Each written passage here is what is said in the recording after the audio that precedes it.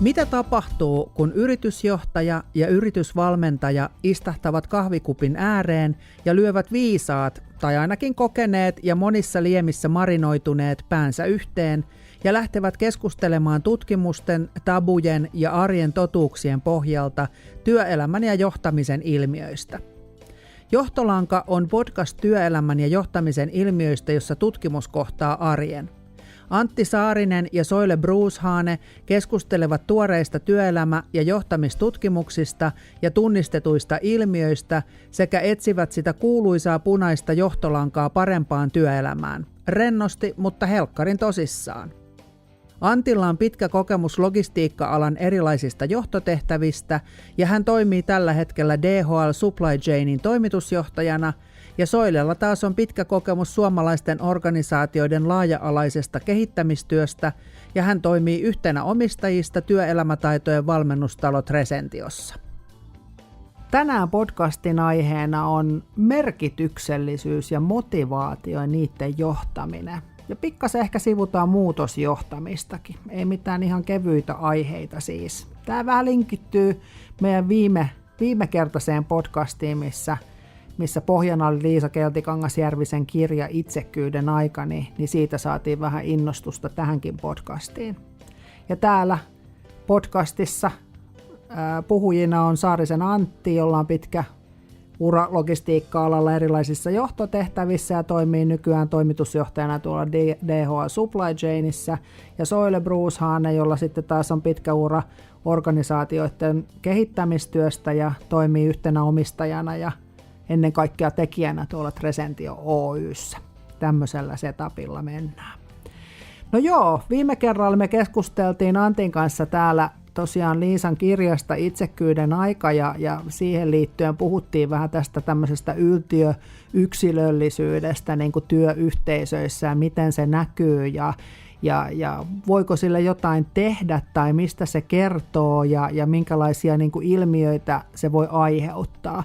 Ja siinä jotenkin sitten tuli lopussa siinä podcastissa, niin me pohdittiin vähän sitä, että myöskin semmoinen tylsistyminen työssä on lisääntynyt viime aikoina monen tutkimuksenkin pohjalta.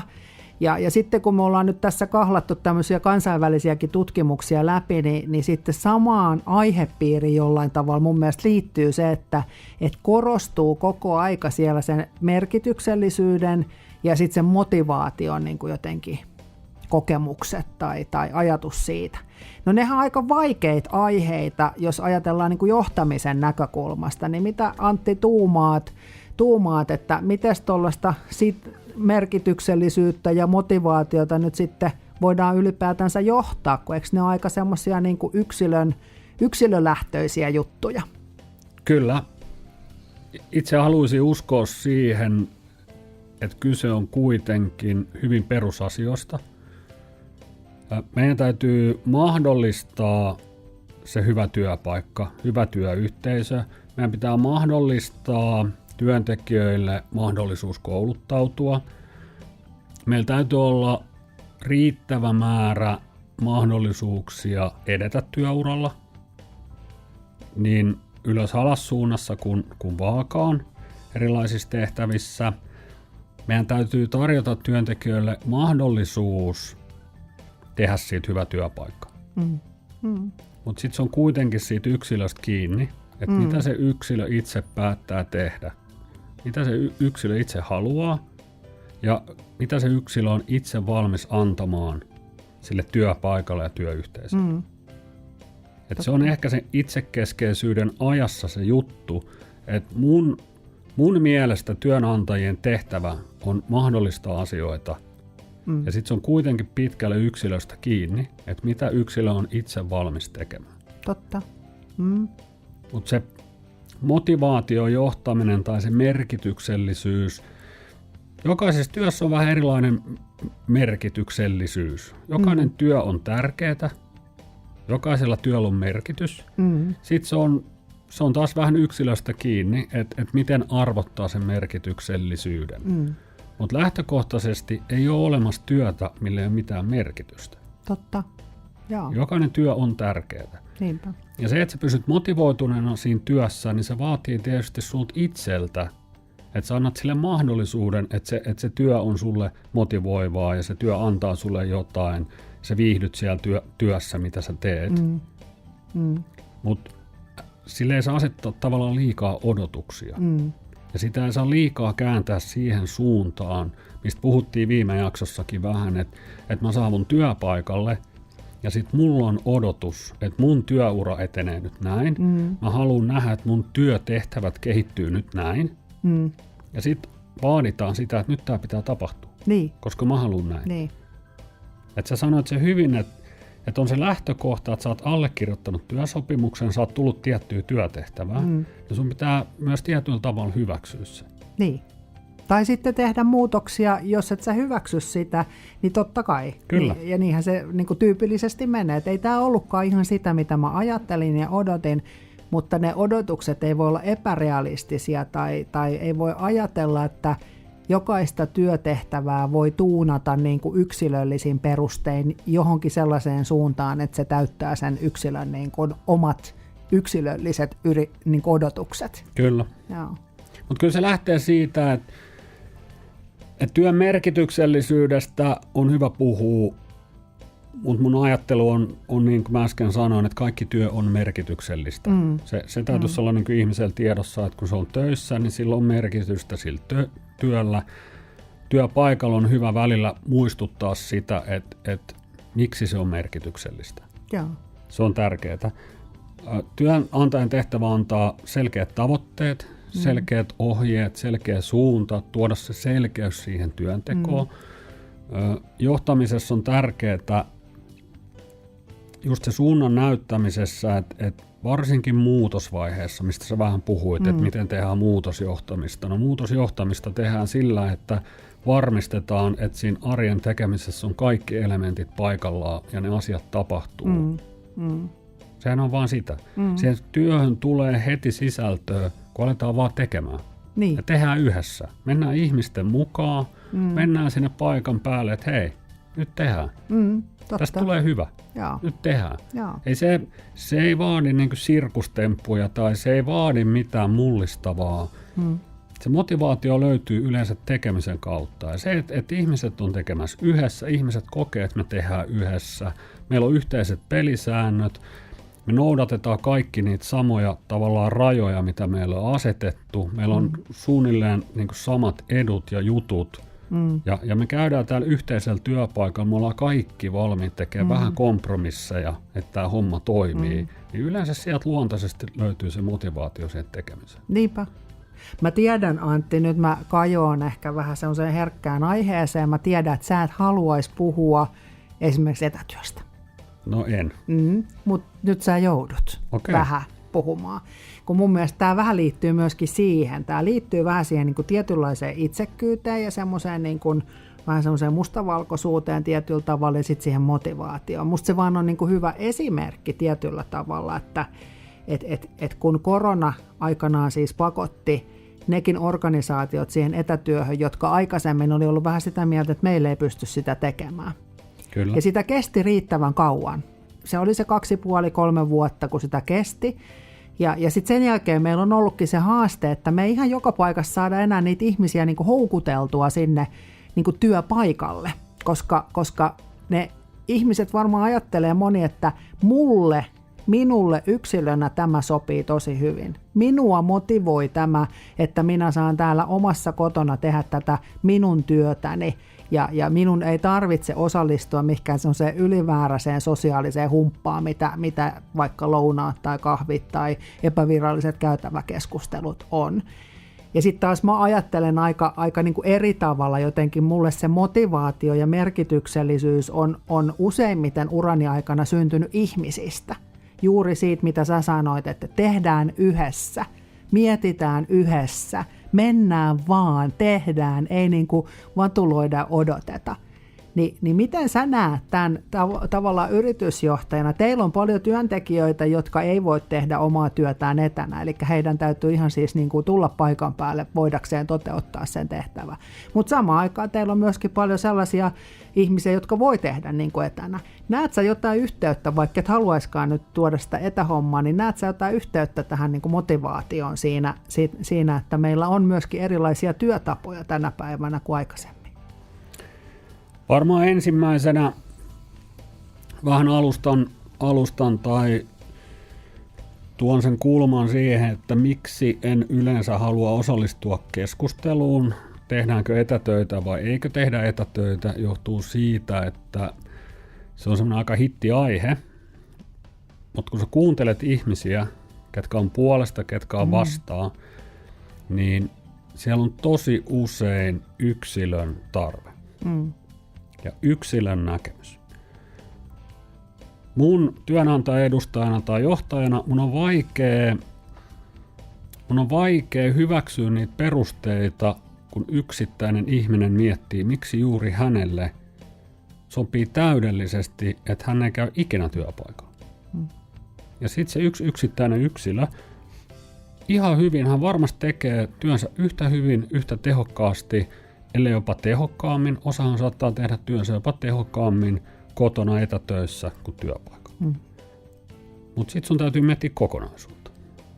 Kun sä tunnistat luultavasti sun organisaatiosta myös monta ihmistä, ketkä ei pysty itsensä johtamiseen, ei pysty siihen, että ne hoitaa ne työt niin kuin pitää siellä työpaikalla.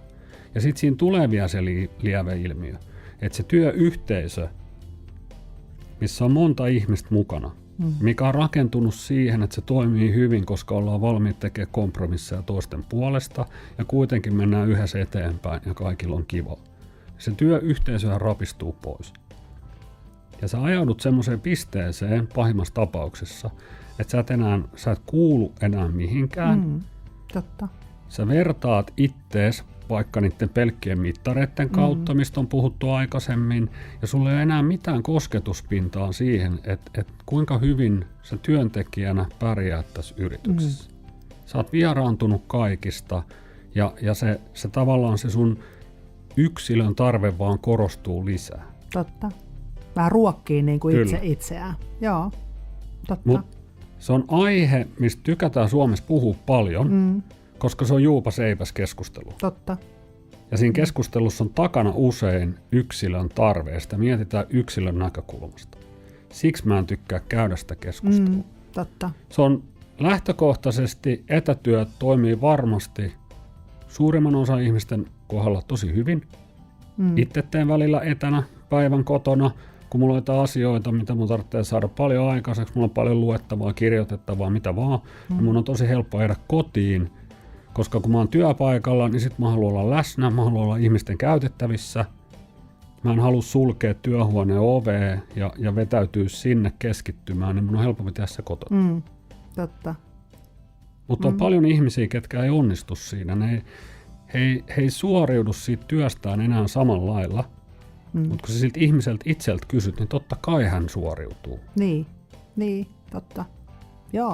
Joo, toi on mun mielestä toi niinku liittyy myöskin siihen, sä hyvin kuvasit sen, että se on vähän semmoinen itseään ruokkiva kehä, ja siinä voi tulla semmoisen niinku irrallisuuden tunne, että kenelle mä niinku teen töitä, teekö mä itselleni minä AB:lle, vai onko mulla siellä joku muukin yhteys siihen työnantajan kuin se, että palkkakuitis, jos sellaisia nyt kukaan enää niin kuin saakaan, niin siellä lukee sen niin kuin yrityksen nimi. Ja sitten mä jotenkin ajattelen, että se merkityksellisyys ja motivaatio liittyy myöskin niin kuin jotenkin niihin asioihin. Että se merkitys syntyy juurikin siitä, että mä jotenkin kuulun jonnekin. Mä oon osa jotain isompaa kokonaisuutta. Mulla on ympärilläni ihmisiä, jotka ajattelee suurin piirtein samankaltaisesti asioista. Mulla on ympärilläni ihmisiä, jotka ajattelee, että meillä on yhteinen suunta ja yhteinen päämäärä ja me voidaan yhdessä niin kuin vaikuttaa asioihin.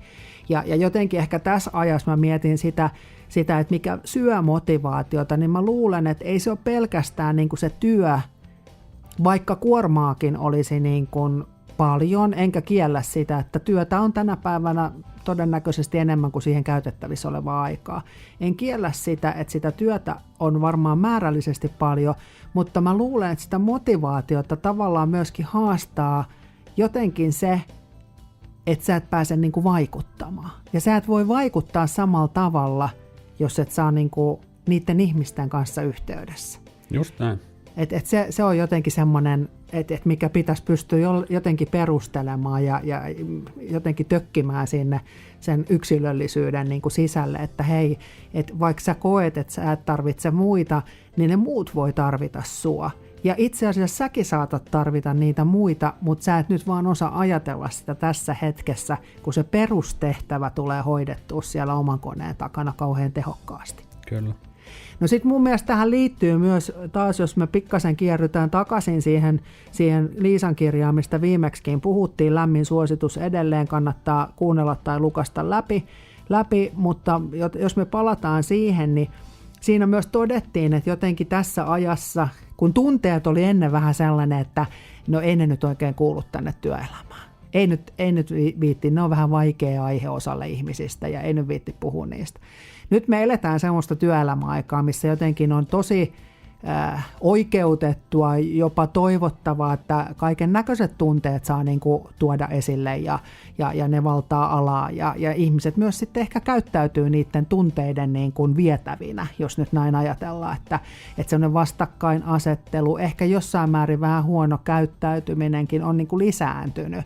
Jos mä mietin vaikka omaa rooliani sovittelijana, niin kyllä niitä keissejä on ollut tässä koko aika vähän niin kuin enemmän. Usein ne tulee sieltä, että me ei pystytä niin kuin hallitsemaan omia tunteitamme. Ja se liittyy mun mielestä tuohon itsensä johtamiseen, mistä sä puhuit. Niin mitä sä siitä ajattelet? Olisiko se aikaisemmin ollut niin, että tunteet ja tunteiden käsittely työpaikalla on ollut yksi niistä aihealueista, minkä kohdalla on tehty kompromissi ja niitä ei ole tuotu työpaikoille? Koska niitä pitäisi pystyä käsittelemään yhdessä, ja sieltä pitäisi löytää se yhteinen tavallaan punainen lanka, että minkä tyyppisiä tunteita me tuodaan työpaikalle, minkä tyyppisiä tunteita me käsitellään yhdessä työpaikalla. Ja tänä päivänä kääntyykö se enemmän taas siihen suuntaan, että minulla yksilönä on oikeus näyttää mun tunteet, missä mä oon täysin samaa mieltä. Mut miten niitä tunteet käsitellään työpaikalla, mihin tilanteisiin sä tuot millaisiakin tunteita, vaatisi varmaan aika paljon sit keskustelua. Niinpä. Nyt se lähtee siitä, että yksilöllä on oikeus tuoda tunteensa työpaikalla. Joo. Mutta, ja sitä mutta-osuutta ei välttämättä osata käsitellä ja siitä ei puhuta. Ja sitten tämä liittyy nyt mun mielestä siihen muutosjohtamiseen tietyllä tavalla. Et me ajatellaan tyypillisesti, että muutosjohtaminen on niinku ikään kuin jonkun uuden rakenteen tai toimintatavan tai työtavan tai työkalujen johtamista. Eli tulee jokin sellainen muutos, mihin meidän pitää saada niinku ihmiset mukaan ja sitten sitä johdetaan, että päästään eteenpäin. Voiko tämä olla muutosjohtamisen paikka, että me jotenkin osattaisiin keskustella vaikka niistä tunteista rakentavalla tavalla, mutta tuomaan myös se toinen puoli sieltä esille, että miksi niitä tunteita, jos niitä saa tunteakin, ja tietenkin saa, eihän tunteethan on mitä on, mutta se reaktio, mitä me tehdään tai miten me hallitaan, sehän on valinta. Kyllä. Se on valinta.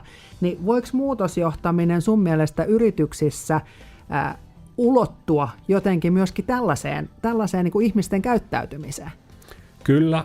Muutosjohtamisessa, varsinkin jos muutoksessa työntekijät kokee, että muutokseen liittyy negaatio, on organisaatiomuutoksia tai on ollut yhteistoimintaneuvottelua, missä on työntekijöitä on vähennetty tai organisaatiot on yhdistetty tai on vaihdettu toimitiloja tai mikä vaan semmoinen iso muutos arjessa, mikä helposti unohtuu sit johtotasolla, että on arjessa tosi iso muutos meidän ihmisille.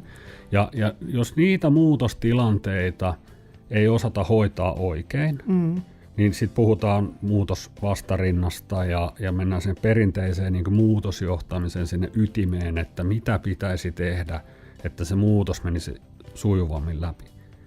Yksi ensimmäinen juttu on se, että kun ihmisillä on paha olla siellä työssä, niin mitä tapahtuu usein?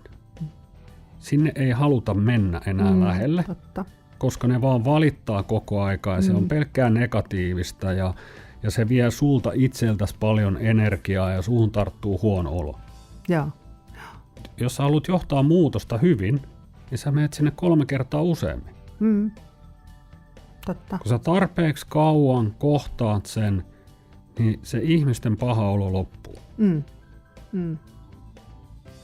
Jos sulla on vatsatauti, niin sä voit syödä kaikki mahdolliset lääkkeet ja välttää sen pahimman. Ja pikkuhiljaa se menee ohi. Tai sit sä annat vaan kerran oikein kunnolla ylen ja sä lähdet paranemaan paljon nopeammin. Jos mietitään niin kuin ihan arjesta. Ja tossa on ehkä se juttu, että opitaan kohtaamaan niitä tunteita, mutta varsinkin johtajien pitää pystyä antaa kasvot niille päätöksille, antaa kasvot niille asioille, mitä on päätetty, että mitä meidän yrityksessä tehdään, ja kohdata ne ihmiset. Jos se on paha olo, se paha olo poistuu sillä, että sen annetaan tulla ulos ja joku kuuntelee. No miten sä näet niin kun sulla on pitkä kokemus erilaisista johtotehtävistä ja sä oot nähnyt aika pitkän rupeamaan jo tavallaan tätä työelämää ja siihen liittyviä vaikka osaamisen kehittämisen valmennuksia tai muuta. Onko meillä kykyä niin kuin johdossa kohdata niitä? Sä vähän viittasit siihen, että helposti otetaan vähän askel takavasen, että ei saakeli, en mene tuonne, kun siellä on niin paha karma tai fiilis tai tunne ja sitten se tarttuu muhun ja sitten mäkään jaksa ja kaikki tuntuu aika kurjalta.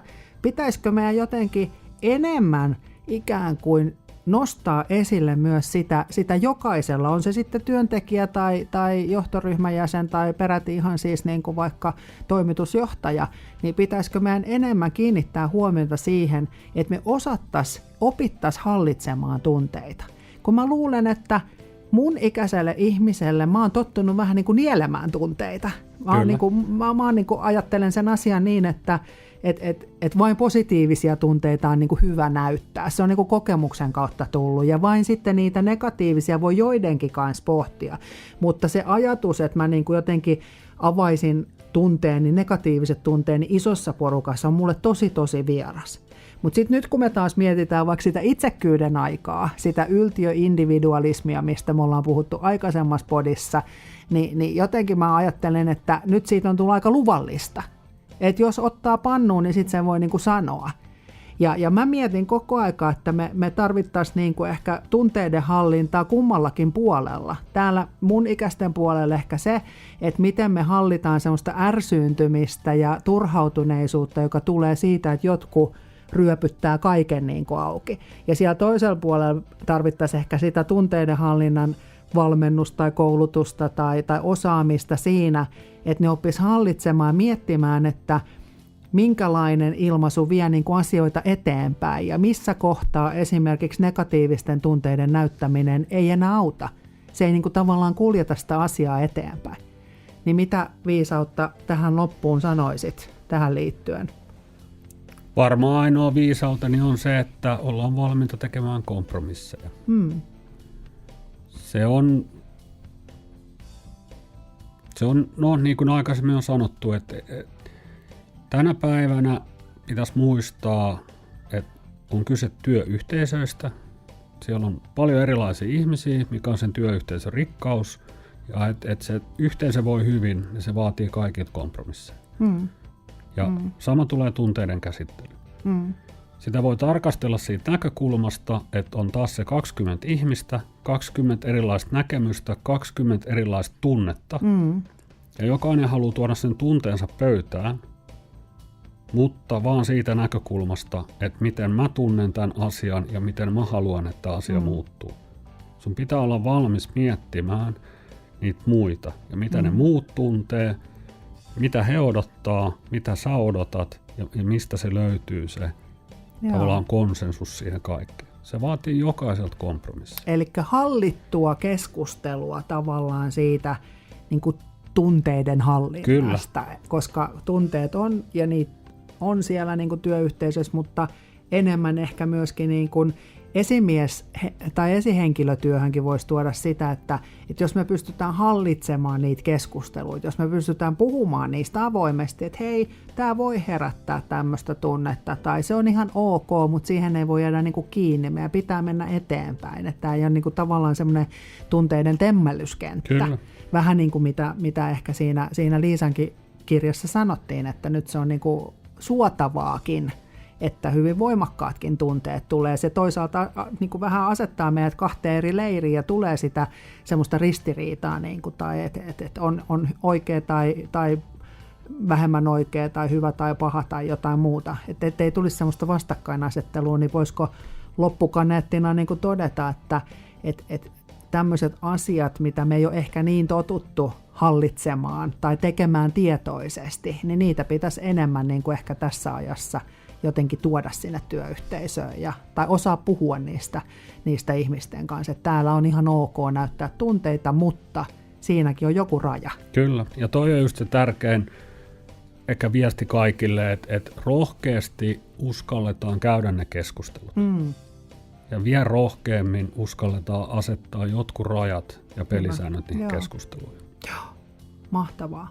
Kyllä me taas oltaisiin voitu jatkaa tästäkin keskustelua vaikka kuinka pitkään, mutta meidän aika on nyt täys ja kahvikupit on tyhjät ja meillä oli hyvä keskustelu tässä merkityksellisyydestä ja motivaatiosta ja kenelle se nyt oikeastaan kuuluu ja miten sitä voi tukea ja auttaa. Ja vähän puhuttiin vielä sitten niin kuin pienestä vaatimattomasta teemasta kuin tunteet ja niiden hallinta. Kyllä.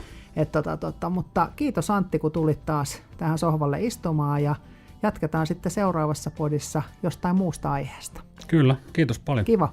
Moi moi! Moikka!